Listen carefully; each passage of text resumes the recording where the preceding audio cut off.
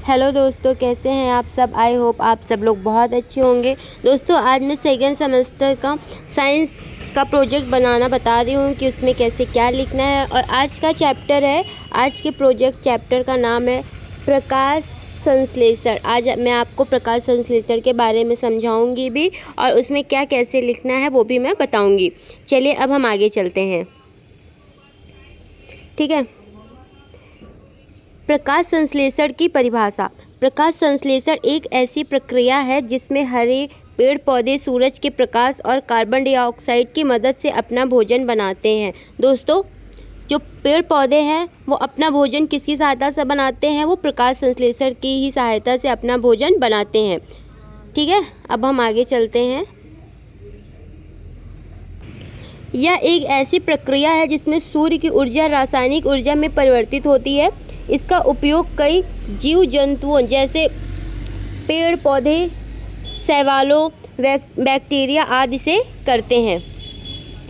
आप ऐसे ही ड्राइंग बना लीजिए एक पेड़ का, उसमें ऑक्सीजन ऐसे दिखा दीजिएगा, कार्बन डाइऑक्साइड ऐसे, ठीक है। फिर अब हम आगे चलते हैं। प्रकाश संश्लेषण की प्रक्रिया दो प्रकार से होती है। पहली कौन सी? ऑक्सीजन युक्त प्रकाश संश्लेषण।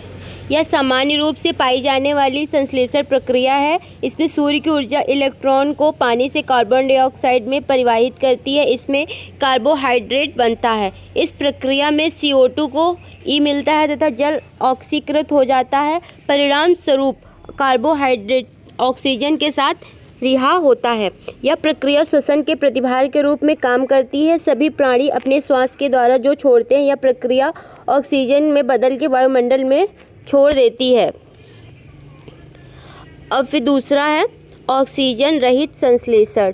ऑक्सीजन रहित संश्लेषण, इस प्रक्रिया में पानी के अलावा दूसरे माध्यमों से ई लिया जाता है। यह बैंगनी बैक्टीरिया और हरे गंधक बैक्टीरिया द्वारा उपयोग में लाया जाता है। इस प्रक्रिया में ऑक्सीजन का निर्माण नहीं होता है। प्रतिफल के रूप में हाइड्रोजन सल्फाइड H2S बनता है। प्रकाश संश्लेषण प्रक्रिया के कारण ही ऑक्सीजन वायुमंडल में पर्याप्त मात्रा में है। इसके बिना पृथ्वी पर जीवन असंभव है।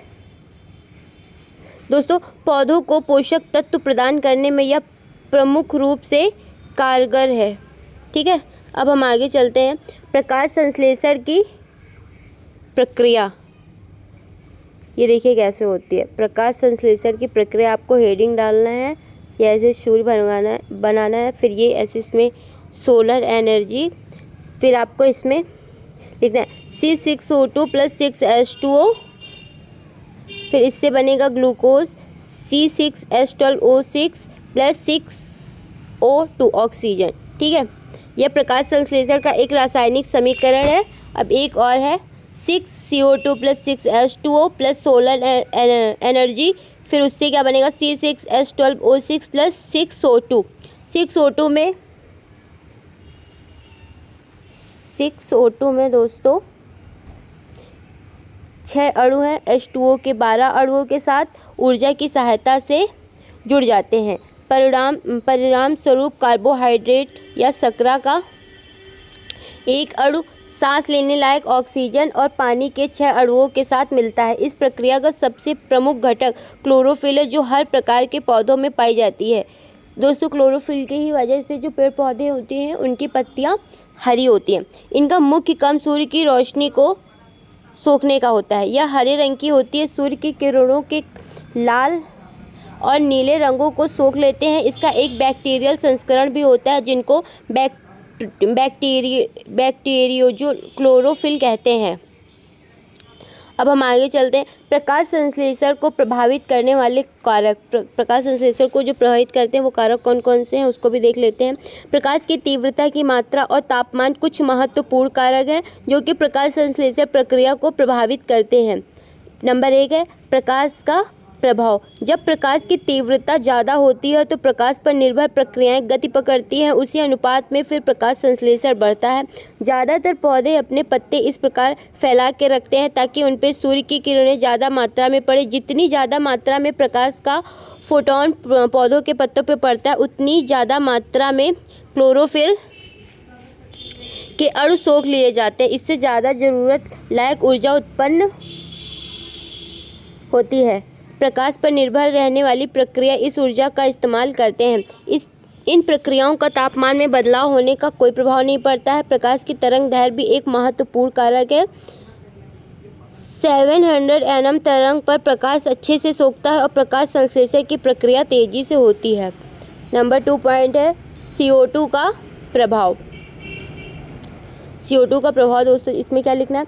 जिस दर से प्रकाश रसायन में कार्बन शर्करा में नियमित हो जाता है, उसी दर से CO2 की मात्रा बढ़ती है और उसी दर से प्रकाश संश्लेषण प्रक्रिया तब तक बढ़ती है जब तक एक और पहलू आकर उसे सीमित कर देती है। ठीक है, अब आगे चलते, क्योंकि वातावरण में CO2 की मात्रा 8.05% और अगर CO2 की मात्रा बढ़ी तो उसमें प्रकाश संश्लेषण क्रिया की भी मात्रा बढ़ेगी, जो वातावरण के लिए हानिकारक सिद्ध होगा। अब इसमें नेक्स्ट पॉइंट में क्या लिखना है? तापमान का प्रभाव।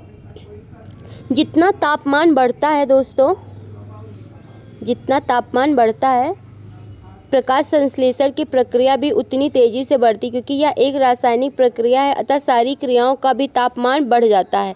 जब तापमान 40 डिग्री सेल्सियस से ज़्यादा है तो प्रक्रिया का दर धीमा हो जाता है, क्योंकि इस तापमान पर होने वाले रासायनिक प्रक्रिया संवेदनशील होते हैं और तापमान ज़्यादा होने पर नष्ट हो जाते हैं। अगर तापमान ठंडा है तो प्रक्रिया धीमी गति से होती है।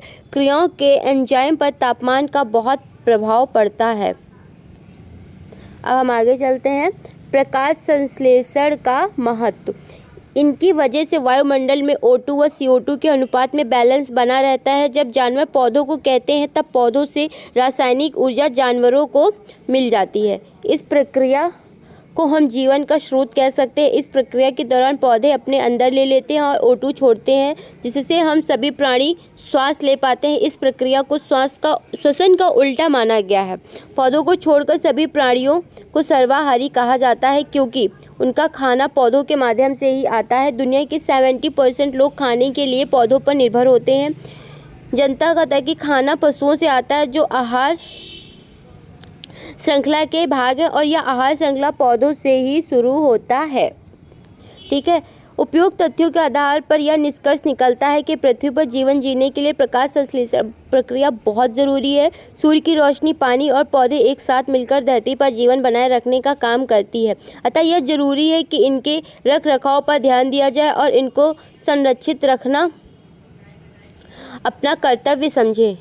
दोस्तों, आज के लिए इतना ही है, और अगर आपको हमारा वीडियो पसंद आया हो तो लाइक, कमेंट, शेयर और सब्सक्राइब करना बिल्कुल भी ना भूलें। अगर आप हमारे चैनल पर नए हैं तो सब्सक्राइब करना तो बिल्कुल भी ना भूलें दोस्तों। Thank you. आज के लिए इतना ही है, फिर मैं अब नेक्स्ट वीडियो नेक्स्ट टॉपिक के साथ लाऊंगी। थैंक यू दोस्तों।